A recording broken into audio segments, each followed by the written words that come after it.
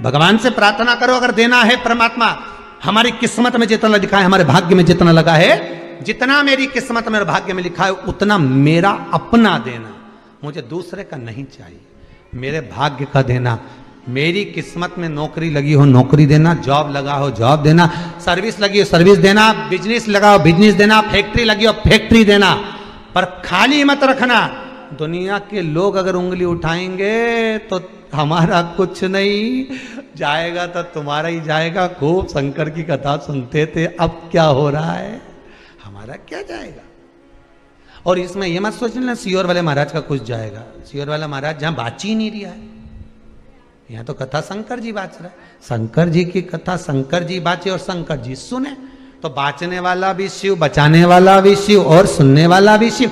तो शंकर जी ये विचार कर लेना, हमारा कुछ नहीं बिगड़ने वाला है, बोल लेना जो बिगड़ेगा तुम्हारा ही बिगड़ेगा, तुम साधो।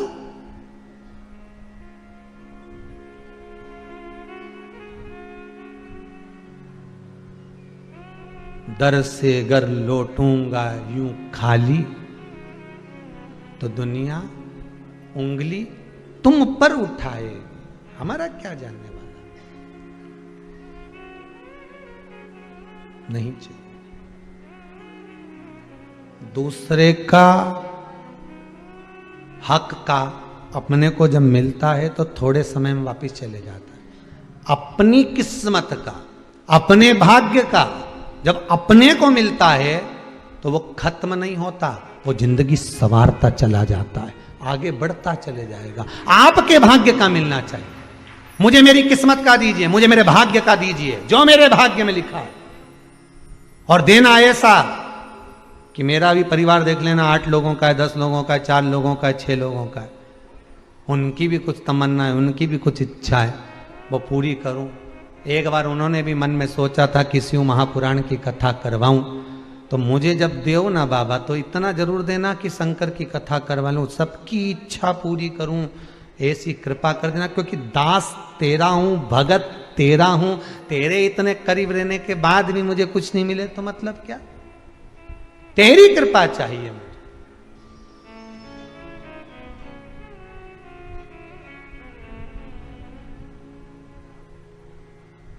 बस तेरी दया चाहिए। तूने गलती कर दी, गंगा जी बोली तुमने गलती करी है, तुम माना तुम क्षमा मांग रही पर गलती करी है तुमने, मां अब तो क्षमा कर दो। गंगा जी ने कहा, आंवला नवमी की कथा है, कार्तिक का महीना में जब शुक्ल पक्ष में नवमी तिथि आएगी तब तू आंवले के वृक्ष के नीचे बैठकर आंवले के वृक्ष में दूध का सींचन कर देना। क्या चढ़ा देना? दूध। जिस व्यक्ति को रोग सताता ही रहता है, सताता ही रहता है, बीमारी आती रहती है, जा ही नहीं रही होती है, तो उसको कुछ नहीं करना चाहिए। आंवले के वृक्ष के नीचे आंवला नवमी के दिन दूध चढ़ा देना चाहिए, फिर बीमारी दूर हट जाती है, व्यक्ति बीमार ही नहीं पड़ता। जिसको निमोनिया हो, श्वास की बीमारी हो, दमे की बीमारी हो, किडनी और लीवर से जुड़ी हुई बीमारी हो, उसके लिए सबसे अच्छी चीज है हमारा, चलने में हापड़ी भरा जाए, चलने में दम भरा जाए, तो आप आंवले के वृक्ष के नीचे दूध चढ़ाओ आंवला नवमी के दिन, काया ठीक होती है। तू जा, तू ये कर लेना। आंवले के वृक्ष के नीचे बैठकर जब तू आंवले पर दूध चढ़ाकर पूजन करेगी और उसी आंवला के वृक्ष के नीचे बैठकर जब तू अन्न का भाग ग्रहण करेगी, तब तेरा मुख में निवाला जाते ही वो औषधि का काम करेगा और तेरे शरीर की काया ठीक हो जाएगी। उस वैश्य की धर्म पत्नी ने हाथ जोड़ लिए गंगा मैया के मां में जाती, आंवला नवमी के दिन पहुंच गई आंवले के वृक्ष के नीचे, पूजन करी, अर्चना करी, दूध का सींचन करा, थोड़ा सा भाग मुख में लिया, वो निवाला अमृत बन गया और उसका काया ठीक हो गई, रोग मिट गया। इसलिए आंवला नवमी का उद्यापन करने वाली माताएं जब आंवला नवमी के व्रत का उद्यापन करती है तो आंवले के वृक्ष के नीचे ही ब्राह्मण ब्राह्मणी का भोजन कराया जाता है, घर के अंदर नहीं। घर के अंदर भोजन नहीं कराते। आंवला नोमी का अगर उद्यापन करना है, आंवला नोमी का अगर उजमना करना है, 5 माता 10 माताएं मिलकर अगर उजमना कर रही हैं, उद्यापन कर रही हैं, तो कहीं ऐसे जगह चले जाओ जहां आंवले का पेड़ लगा हो, आंवले का वृक्ष लगा हो, आसपास में कहीं कुछ मंदिर देवालय हो, वहां पर भोजन बनवा लो। वहीं पर आंवले के वृक्ष के आसपास में ही कहीं वहीं पर ब्राह्मण ब्राह्मणी का भोजन कराकर, चांदी का आंवला बनवाकर, चांदी का नहीं हो तो असली का जो आंवला होता है उसका दान दे देना चाहिए, पर करना चाहिए रोग मुक्ति के लिए, कार्य सिद्धि के लिए, लक्ष्मी के लिए आंवला का वृक्ष उत्तम माना गया। फिर आगे जो वर्णन किया है शिव महापुराण के अंतर्गत, व्रत शिव पुराण का जो व्याख्यान वर्णन श्रवण कर रहे हैं, वो भगवान से अगर मांगना सर्व जगत के सुख के लिए मांगो, सबके लिए।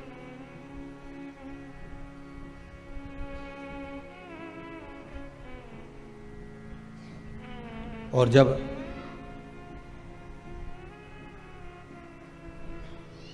सर्व जगत के हित के लिए मांगोगे तो जीवन का सुख मिलेगा।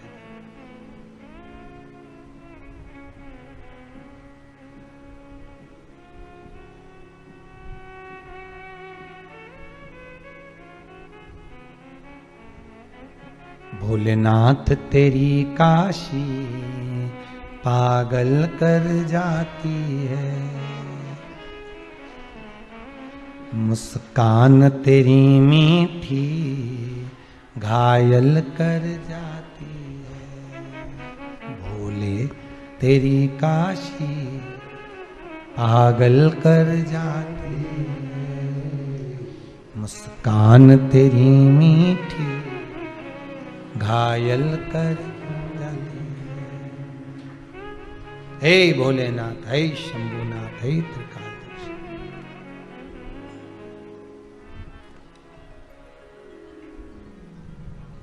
तेरी कृपा कुछ ऐसी है, तेरी दया कुछ ऐसी है। शंकर भोलेनाथ ओघड़दानी की कथा कर रही है। व्रत कार्तिक महत्तम कहता है, कार्तिक के महीने में सबसे बड़ा अगर व्रत का कोई नियम है तो केवल एक नियम सबसे बड़ा है, सुबह ब्रह्म मुहूर्त स्नान करना, और दूसरा दीप लगाना, दिया प्रज्वलित करना, दीपक लगाना। दीप दान से बड़ा कार्तिक के महीने में कोई दान का वर्णन नहीं है जितना दीप दान का वर्णन कार्तिक महीने।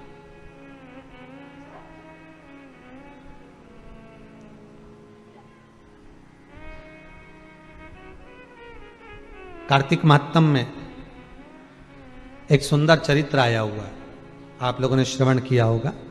कार्तिक महात्म अगर किताब होगी आपके घर में तो आप उसमें पढ़ेंगे, तो उसमें एक बड़ा सुंदर सा चरित्र आता है कि एक बार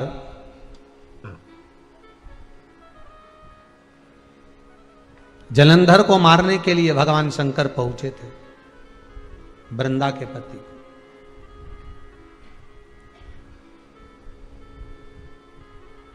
और जलंधर को मारने के लिए उधर शंकर भगवान को भेजा गया कि जलंधर को आपको मारना है। शिव जी ने कहा ठीक है, पर इसकी वृंदा जो पत्नी है इसका सात्वित्व डिगेगा तब तो जलंधर मरेगा। वृंदा का सात्वित्व डिगाए तो क्या हुआ, उधर तो शंकर भगवान और जलंधर का युद्ध हो रहा था, इधर जो वृंदा सो रही थी इसको स्वप्न आ गया। और स्वप्न में क्या देखा वृंदा ने कि मेरे पति के शरीर पर तेल मला हुआ है बहुत सारा, मेरे पति के शरीर पर बहुत सारा तेल लगा हुआ है और वो भैंसे पर बैठकर जा रहा है। शिव पुराण कहती है जिसको शरीर पर तेल लगा हुआ दिख जाए तो समझ लेना सीताराम। अगर सपने में कोई तेल लगा हुआ दिखे ना तो समझ लो कि वो सीताराम होने वाला। भैंसे पे जाता हुआ नजर आए तो समझ लो ये बुरे सपने, ये कोई श्रेष्ठ सपने नहीं है। लोहे का मुकुट पहना हुआ दिखे समझ लो बुरा सपना।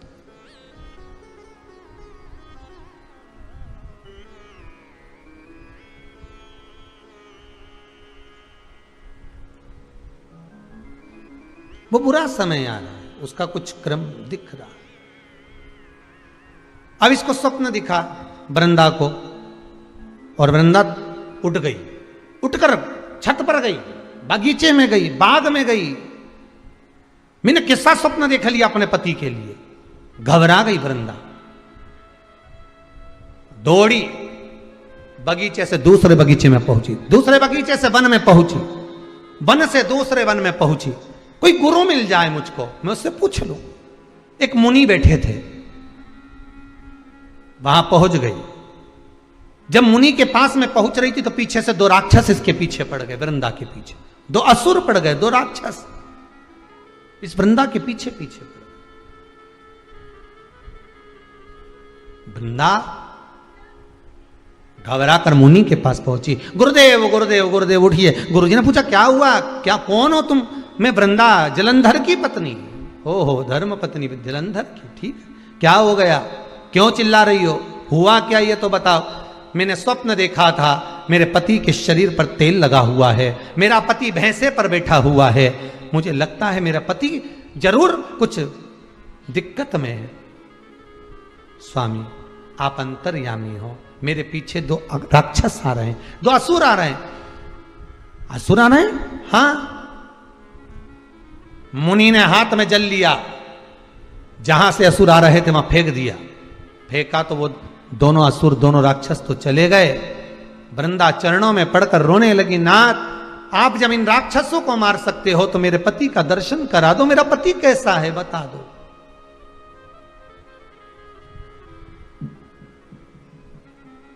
मुनि ने कहा तुम्हारा पति मर चुका है। वृंदा देवी तुम्हारा पति मर चुका है, उसके प्राण छूट चुके हैं।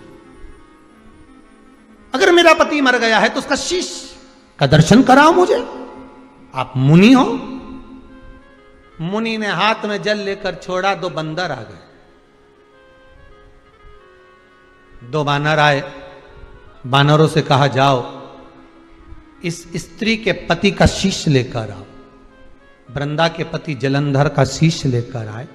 शीश लाकर पटका वृंदा के सामने। वृंदा फूट फूट कर रोने लगी, मुनिवर मुनिवर मुनिवर, अये संत, अये गुरुदेव, अये मुनिवर, कृपा कर दो नाथ, दया कर दो। क्या हुआ, अब क्या चाहती है तू? मेरा पति मर गया है, इसको जीवित कर दो। जब आप राक्षस मार सकते हो, मेरे पति का शीश ला सकते हो, तो धड़ भी मंगवाओ और उसको जीवित करो।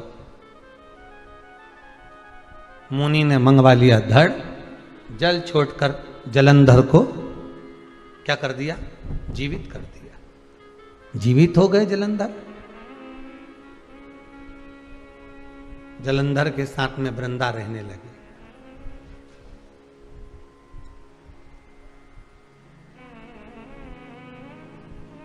पांच दिन तक वृंदा अपने घर नहीं गई, जलंधर के साथ वन में ही रह रही है।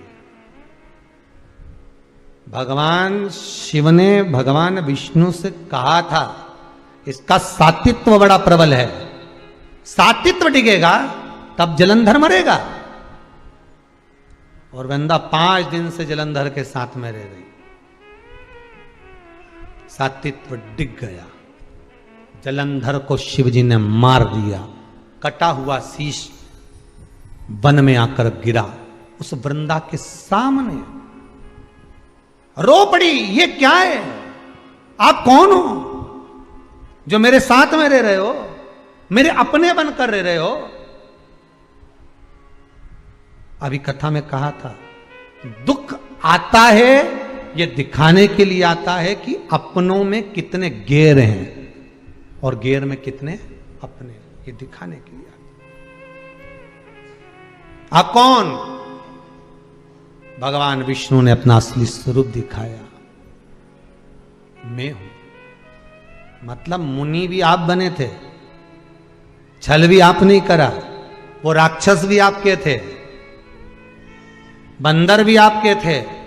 वृंदा की आंख में आंसू भर गए। नाथ नारायण, बड़ी गजब कृपा करी है आपने मेरे ऊपर, मेरा सात्वित्व डिगाकर मेरे पति के प्राणों को हर लिया। मैं श्राप देती हूं नाथ, जैसे आपने मेरे साथ छल कर आप मृत्यु लोक में जब जाओगे, राम बनकर प्रकटोगे, तब सीता भी छली जाएगी।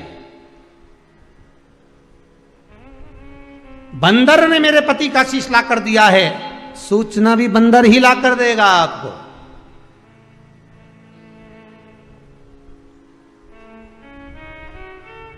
पत्थर के हो गए आप, शालिग्राम जी बन गए।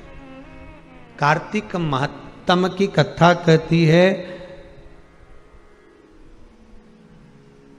शालिग्राम भगवान के सामने, तुलसी जी के क्यारे के सामने, शिव मंदिर के सामने, नारायण मंदिर के सामने, रामकृष्ण मंदिर के सामने, नदी, तालाब, सरोवर, कुंड, बावड़ी, कुआं के पास में, तीर्थ में, कार्तिक महीने में जब दीप का दान किया जाता है, दिया जलाया जाता है, तो व्यक्ति कितना भी पाप कर्म करा होता है, सारे पाप से मुक्त होकर भगवान के धाम की ओर अग्रण्य हो जाता है।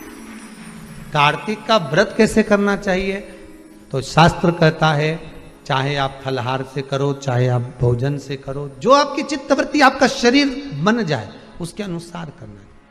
पर सबसे प्रबल नियम है आपका दीप का दान, सबसे प्रबल। ऐसा कार्तिक के महत्तम का वर्णन करते हुए कार्तिक का उद्यापन घर के अंदर ही भगवान का सुंदर पूजन व्रत करते हुए यज्ञादि विद्वान ब्राह्मण को बुलाकर कराकर दक्षिणादि वस्त्रादि देकर विदा करें, भोजन कराएं, इस तरह से करें। आगे जो शिव महापुराण में 12 ज्योतिर्लिंग का चरित्र कहा गया है उसका स्मरण करते हैं। भगवान शिव औघड़दानी, त्रिकालदर्शी, कैलाशी, अविनाशी, भूत भावन भूतेश्वर, मेरे करुणा सागर शंकर का सुंदर चरित्र कहता है महाराज। भगवान 12 ज्योतिर्लिंग के रूप में विराजमान हुए हैं। पहले चंद्र को काया का रोग हुआ और उस काया के रोग से चंद्र को भगवान शिव ने श्रेष्ठ कराया, भगवान सोमेश्वर महादेव बने। मल्लिकार्जुन, भगवान शंकर और पार्वती अपने पुत्र कार्तिकेय जी को मनाने के लिए पहुंचे। भगवान शिव और पार्वती आनंद के साथ विराजमान होते हैं और सुंदर भाव से, आनंद से भगवान शंकर और पार्वती श्री सेलम में रहकर मल्लिकार्जुन के रूप में विराजमान हुए। अगला वर्णन आया है श्री महाकाल जी का। तुमरुका जी से चंचुला देवी ने निवेदन करा है कि मुझे महाकाल भगवान का जो पावन कथा का चरित्र है उसका स्मरण कराइए। तब दूषण नाम के राक्षस के लिए भगवान कालों के काल बनकर आए। काशी, उज्जैनी और केदार, काशी, उज्जैनी, केदार, ये तीनों को रुद्राक्ष पर और त्रिशूल पर और बेलपत्री पर बसा हुआ बताया जाता। किस किस को? काशी, उज्जैनी और केदार। महाकाल, काशी और केदार। कभी अभी अगली कथा जो प्रारंभ होगी, अभी तो आप लोगों ने व्रत शिव महापुराण की कथा सुनी है। अगली कथा आज कौन तारीख हो गई है? 28 है। आज 28 तारीख को कथा विराम हो रही है। 29 बीच में जावेगी, 30 बीच में जावेगी। 31 तारीख से पुनः शिव महापुराण की कथा फिर आस्था चैनल पर दोपहर में 1 बजे से 4 बजे तक। कितनी बजे? 1 बजे से 4 बजे तक कथा। 2 से है क्या? पता कर लिया है? तो कथा 2 बजे से 5 बजे तक, एक का ध्यान में था। कथा का समय वही 2 बजे से 5 बजे तक शिव महापुराण की कथा का क्रम रहेगा। और जो कथा होगी उसका नाम रहेगा रुद्राक्ष शिव महापुराण। कथा का नाम रहेगा रुद्राक्ष शिव महापुराण। रुद्राक्ष उत्सव नहीं है, नहीं तो मालूम पड़े तुम यहां भीड़ बढ़ा लो दादा, यहां किसी को आना नहीं है। कथा का नाम है, क्योंकि आप लोगों के घर में जो रुद्राक्ष होता है, असली रुद्राक्ष कैसा होना चाहिए? कई जगह पर रुद्राक्ष के ऊपर शंकर जी बने हुए, शेषनाग बना हुआ रहता है, लोग समझते हैं ये असली है कि नकली है। ऐसे कई भ्रम हैं आप लोगों के। कौन से रुद्राक्ष की माला गले में पहनना चाहिए, कौन से रुद्राक्ष की माला